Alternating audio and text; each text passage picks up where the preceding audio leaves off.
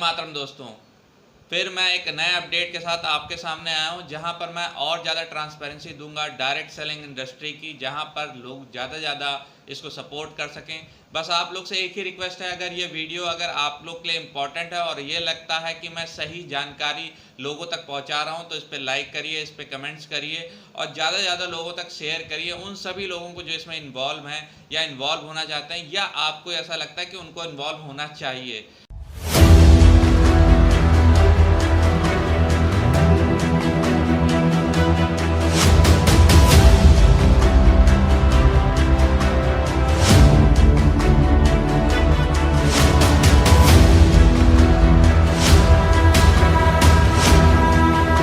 तो बिना किसी डिले किए हुए मैं देखता हूँ हमारे जो दोस्त हैं ध्रुव राठी, वो क्या आगे खिचड़ी पका रहे हैं, क्या कहानी बना रहे हैं, और फिर मैं उसके अगेंस्ट आपको आंसर करूंगा ताकि आपको बहुत ज़्यादा क्लियरिटी हो।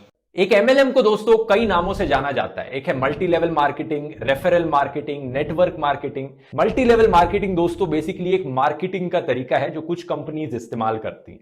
डिफरेंस समझने के लिए एक नॉर्मल कंपनी में क्या होता है, एक नॉर्मल कंपनी में क्या होता है, मान लो यहां पर एक कंपनी है जो स्किन केयर के प्रोडक्ट्स बनाती है। कंपनी उन प्रोडक्ट्स को मैन्युफैक्चर करती है, उसके बाद ये प्रोडक्ट्स जाते हैं डिस्ट्रीब्यूटर्स के पास, जैसे कि शॉपिंग मॉल हो गया या दुकानदार हो गया, और जो कंज्यूमर्स होते हैं इन प्रोडक्ट्स के, वो डिस्ट्रीब्यूटर्स के पास जाकर इन प्रोडक्ट्स को खरीदते हैं।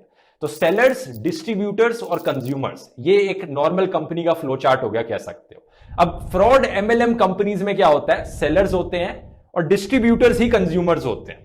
वो जो फ्रॉड एमएलएम कंपनीज होती हैं, ये अपने कंज्यूमर्स को बेवकूफ बनाती हैं ये कहकर कि तुम एक्चुअली में कंज्यूमर नहीं हो, तुम डिस्ट्रीब्यूटर हो, लेकिन होते रियलिटी में वो कंज्यूमर है।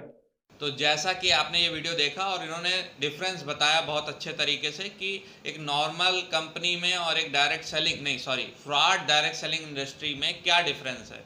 मतलब फ्रॉड एमएलएम कंपनियां और नॉर्मल कंपनियों में अंतर दिखाया इन्होंने। फ्रॉड मतलब जज बन चुके हैं पूरी तरह से, हर चीज़ को ये फ्रॉड ही करार दे रहा है। तो इन्होंने नॉर्मल कंपनी में बताया कि आप जो हैं कंपनी हैं, और कंपनी अगर कोई चीज़ बनाती है तो उसको डायरेक्ट बिग बाज़ार और धमाका फलाना सारी कंपनियां खरीद लेती हैं और उससे एंड यूज़र खरीद लेता है। लेकिन आप ये जो सोचिए, आज बिग बाज़ार हो गया या डी मार्ट हो गया, इनके जो सारे एम्प्लॉय हैं, जो इनमें सारे लोग काम करते हैं, वो डी मार्ट से सामान नहीं खरीदते क्योंकि उनको तो ज़रूरत ही नहीं है। अगर वो पेस्ट, डी मार्ट पेस्ट बेच रहा है तो उसको पेस्ट खरीदने की जरूरत नहीं। वो क्या करता है, डी मार्ट में ना जाकर या बिग बाजार में ना जाकर वो निकलता है उस जगह से और बगल के लुक्कड़ की दुकान से सामान लेता है। जबकि सारी दुनिया डी मार्ट में सामान खरीदने आ रही है, या बिग बाजार में सामान खरीदने आ रही है, या रिलायंस फ्रेश में सामान खरीदने आ रही। तो जो सारे लोग हैं वो यूजर्स नहीं हैं, उनको भगवान का दिया हुआ वरदान है कि ब्रश करने की ज़रूरत नहीं है, आपको खाना खाने की ज़रूरत नहीं है, तो ये यूज़र नहीं हो सकते हैं। मतलब एक एम्प्लॉई जो काम करता है, एक केक बनाने वाला, एक लैपटॉप मैन्युफैक्चरिंग करने वाला, जो उसमें इन्वॉल्व है, उस काम में इन्वॉल्व है, वो खुद उसको अवेल नहीं कर सकता। ये हाँ कहना है हमारे ध्रुव राठी जी का, क्योंकि डायरेक्ट सेलिंग इंडस्ट्री कहती है कि आप डिस्ट्रीब्यूटर हो और डायरेक्टली इनडायरेक्टली आप यूज़र भी हो। तो अगर आप किसी चीज़ को सेल कर रहे हो, आप किसी प्रोडक्ट को सेल कर रहे हो और उसको अगर खुद यूज़ नहीं कर रहे हो, तो आपके सेल्फ जो सेल करने का कॉन्फिडेंस है वो क्या होगा। अभी अगर एक पूड़ी वाला है, वो पूड़ी बना रहा है और मार्केट में बेच रहा है, और मार्केट में बेचने के बाद क्या कर रहा है, जब वो सेल कर रहा है, लोग उसको खा रहे हैं, और जब उसके खाने की बारी आई, खुद के खाने की बारी आई, तो उसने क्या किया, बगल वाली पूड़ी की दुकान से ऑर्डर किया और फिर पूड़ी खाई। मतलब अपनी पूड़ी उसने दूसरी दुकान से ऑर्डर किया, यानी दुनिया को ये दिखा दिया, दुनिया को ये बता दिया कि जो मैं बना रहा हूँ वो ख़राब है, वो गलत है, वो अच्छा नहीं है मेरी सेहत के लिए, इसीलिए मैं बगल वाली दुकान से मंगा के खा रहा हूँ। तो ये डिफरेंस है डायरेक्ट फ्रॉड सेलिंग इंडस्ट्री में, जो कि ये कहती है अगर आप किसी चीज़ को प्रमोट कर रहे हैं, किसी चीज़ को, किसी को आप डाइवर्ट कर रहे हैं, किसी को आप कंसल्ट कर रहे हैं कि ये प्रोडक्ट अच्छा है, तो क्या खुद आपने यूज़ किया है, क्या आपने जज किया है कि वो प्रोडक्ट अच्छा है या बेकार है। अगर वो बेकार है तो किसी को रिकमेंड करने की ज़रूरत नहीं है।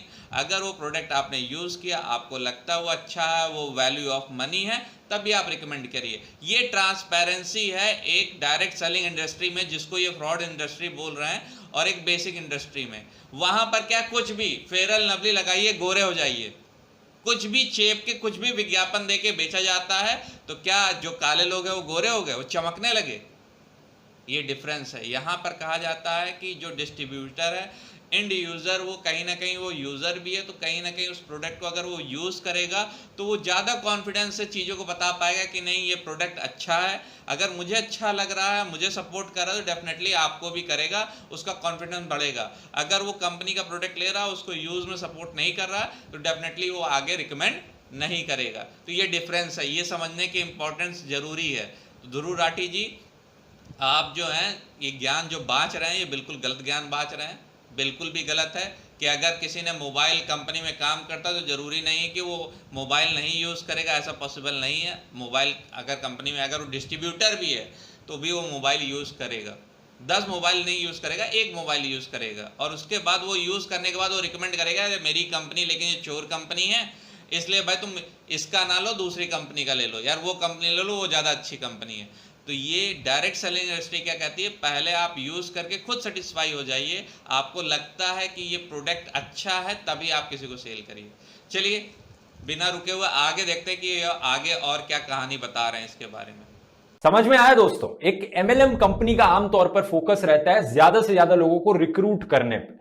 एक नॉर्मल कंपनी फोकस करती है कि हम अपने अच्छे प्रोडक्ट्स बनाएंगे ताकि लोग खरीद सकें, लेकिन एक एमएलएम कंपनी फोकस करती है कि तुम आओ मेरी कंपनी के लिए डिस्ट्रीब्यूटर बन जाओ, तुम भी आओ इधर से जरा मेरी कंपनी के लिए डिस्ट्रीब्यूटर बन जाओ और एक्सचेंज में हम तुम्हें एक कमीशन दे देंगे। इनफैक्ट यही नहीं, एमएलएम कंपनी अपने डिस्ट्रीब्यूटर्स को कहती है कि तुम और डिस्ट्रीब्यूटर्स को कलेक्ट करो, तुम और लोग ढूंढो जो डिस्ट्रीब्यूटर्स बन सकते हैं, उन्हें भी कुछ % कमीशन मिल जाएगा और तुम सब कमीशन के बेसिस पर काम करो।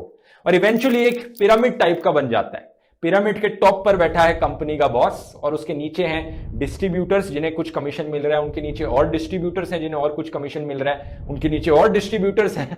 तो बेसिकली आपके दिमाग में सवाल आएगा कि उस प्रोडक्ट को खरीद कौन रहा है, वो क्या चीज बेच रहे हैं जो उसका कंज्यूमर निकले उस प्रोडक्ट का। अगर आपने ये पूरा वीडियो देखा ध्यान से तो वो बता रहे हैं बहुत अच्छी तरह से कि एक कंपनी जो नॉर्मल कंपनी है, क्योंकि यहाँ पर हम नॉर्मल ही बनेंगे, जो ट्रेडिशनल, अगर आप इस शब्द को यूज़ करेंगे तो ज़्यादा अच्छा रहेगा, कि ट्रेडिशनल जो कंपनियाँ हैं वो क्या करती हैं, वो अपने प्रोडक्ट को अच्छा बनाती हैं और वो अच्छा बना के बस अच्छा बना देती हैं और उसके बाद उनका प्रोडक्ट बिक जाता है। लेकिन डायरेक्ट सेलिंग इंडस्ट्री क्या करती है, वो क्या करती है, वो लोगों को रिक्रूट करती है और वो रिक्रूटमेंट पे फोकस करती है और वहाँ से ही वो प्रोडक्ट को सेल करती है। अब यहाँ पर क्वेश्चन क्या आ रहा है कि भाई वो सेल तो कर रहे हैं, रिक्रूटमेंट कर रहे हैं, तो सेल कहाँ से आ रही है? सेल वहीं से आ रही है कि जो रिक्रूटमेंट हो रहा है वो खुद भी यूज़ करें क्योंकि एंड यूज़र हैं, और जो नेटवर्क में इन्वॉल्व है तब भी ठीक है, नहीं इन्वॉल्व है तो वो अपने किसी दूसरे दोस्त को बता रहे, क्योंकि वहाँ पर एक गैप डिफरेंस होता है, जो प्रॉफिट शेयरिंग का गैप डिफरेंस होता है, जो हम MRP जिसको बोलते हैं, उसके बाद एक डिस्काउंट रेट मिलता है हर एक डिस्ट्रीब्यूटर को, वो उस रेट पे किसी को प्रोडक्ट बेचता है, तो जो भी उसकी मार्जिन उसके सेट ऑफ करते वो अपने दिमाग में सेट करता है कि नहीं मैं उससे 5% कमीशन ले लूँ या इंसेंटिव ले लूँ या 10% ले लूँ, तो वो सेल करके इंसेंटिव लेता है। ज़रूरी नहीं है कि वो डिस्ट्रीब्यूटर ही यूज़ करे, वो प्रोडक्ट है वो 4 लोग को और सेल करता है और वहाँ से इंसेंटिव लेता है। इनका कहना है कि अच्छे प्रोडक्ट बना देना है कंपनी में, और अगर अच्छे प्रोडक्ट बना दिए तो ऑटोमेटिक बिकने लगते हैं। क्या आपको ऐसा लगता है कि फिर इतनी बड़ी इंडस्ट्री जो चल रही है, जो यहाँ पर मार्केटिंग हेड रखे जाते हैं, जो सेल्समैन रखे जाते हैं, जो प्रमोटर रखे जाते हैं, जो एडवर्टाइजमेंट किया जाता है, अगर आपको लगता है कि अच्छा कुछ बना देने से वो बिक जाता, तो फिर ये सारी चीज़ों की ज़रूरत क्या थी? तो फिर आप घर में बहुत अच्छी चीज़ बनाते और वो ओवरनाइट सेल हो जाती। आज की डेट में पार्ले कंपनी या कोई भी कंपनी एक प्रोडक्ट बनाती, हिंदुस्तान लीवर एक प्रोडक्ट बनाती, तो उनके सेगमेंट अलग अलग होते हैं, मतलब एक दिन में वो 100 प्रोडक्ट बनाते हैं या 100 तरह के प्रोडक्ट बनाते हैं और हर के एडवर्टाइजमेंट करते हैं। क्या हिंदुस्तान लीवर किसी चीज़ में रिसर्च नहीं करती? क्या पार्ले रिसर्च नहीं करती? तो क्या उसका हर एक प्रोडक्ट सक्सेसफुली सेल हो जाता है? नहीं होता। किसी भी कंपनी का 100% प्रोडक्ट सक्सेसफुली सेल नहीं होता, जबकि R&D टीम 3-3 साल 5-5 साल लगाती किसी प्रोडक्ट को बनाने के लिए, उसको यूज़ करने के लिए, उसको सेटअप करने के लिए, और उसके बाद उसको सेल करती, उसको लॉन्च करती, और लॉन्च करने के बाद भी वो प्रोडक्ट फ्लॉप हो जाता है। तो ये कोई गारंटी नहीं कि आपका प्रोडक्ट बहुत अच्छा बना है तो बिक ही जाएगा, इसकी कोई भी गारंटी नहीं लेता है। लेकिन डायरेक्ट सेलिंग इंडस्ट्री क्या होता है, वहाँ पर हम चीज़ों को पहले यूज़ करवाते हैं, लोग यूज़ करते हैं, और यूज़ करने के बाद जल्दी से हमको रिजल्ट आ जाता है कि इसकी मार्केट ग्रैप होगी या नहीं होगी, ताकि कंपनी ये डिसाइड कर सके इसको ज़्यादा बनाना है या नहीं बनाना है, इसको रोक देना है। यानी कि जो इन्वेस्टमेंट है, जो प्रोजेक्ट का जो खर्चा, जो बहुत ज़्यादा बड़ा प्रोजेक्ट बनाने के बाद इतना ज़्यादा रिजल्ट देने के बाद जो फेल हो जाएगा, जो आपको घाटा लगेगा, वो नहीं लगेगा। जो आपको लॉस होगा वो नहीं होगा, क्योंकि आपको पहले पता चल जाएगा कि आगे चल के ये फ्लॉप होने वाली है, इस पे मेहनत करना बेकार है, क्योंकि हमारे प्राइम जो हमारे लोग हैं उन्होंने पहले इस चीज़ को रिजेक्ट कर दिया, इसको सपोर्ट नहीं कर रहे हैं, इसकी पब्लिसिटी नहीं हो पाएगी, ये लोगों के लिए यूज़फुल नहीं है। तो ये डिफरेंस है। एक कंपनी क्या करती है, पहले करोड़ों रुपए इन्वेस्ट कर देती है, फिर उस प्रोडक्ट पे R&D करती है 2-3 साल, उसके बाद उसको बनाती है और मार्केट में लॉन्च करती है। और मार्केट में जब लॉन्च करती है लोग उसको रिजेक्ट कर देते हैं तो उसको करोड़ों रुपए का लॉस होता है। लेकिन यहाँ क्या है, हम किसी चीज़ को स्टार्टअप करते हैं, स्टार्टअप करने के बाद वो जैसे उसके ऊपर प्लानिंग करते हैं, मैन्युफैक्चरिंग करते हैं, उसी के साथ प्रोडक्ट को लॉन्च कर देते हैं। लॉन्च करने के बाद वो हमारे डिस्ट्रीब्यूटर में जाता है, डिस्ट्रीब्यूटर एंड यूज़र होता है, वो प्रोडक्ट को यूज़ करता है और वहीं से फीडबैक आ जाता है कि ये प्रोडक्ट सही है, ये सपोर्टिंग है, ये मार्केट में चलेगा, लोग इसको पसंद कर रहे हैं। तो कंपनी और इन्वेस्ट करती है, बहुत बड़े लेवल बनाती है, बड़े प्रोजेक्ट पे मिलाती है, सब कुछ करती है।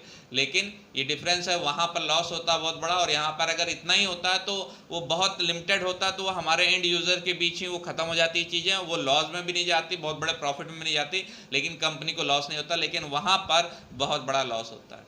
तो ये डिफरेंस है दोनों। मैं ये चाहता हूँ कि अगर आपको ये वीडियो पसंद आया, मैंने सही से इसको आप लोग को डिफरेंस समझाया बीच में कि क्या डिफरेंस है डायरेक्ट सेलिंग इंडस्ट्री में और एक ऑर्डिनरी कंपनी या ट्रेडिशनल कंपनी में, तो मैं चाहता हूँ इस वीडियो को लाइक करिए, अपने एक्सपीरियंस आप कमेंट में लिखिए, जो मुझे भी सपोर्टिंग होंगे और लोगों को भी पता चलेगा कि अवेयरनेस के लिए बहुत सारे लोग आगे आ रहे हैं, वो अपने एक्सपीरियंस को शेयर कर रहे हैं, और इस वीडियो को शेयर करिए।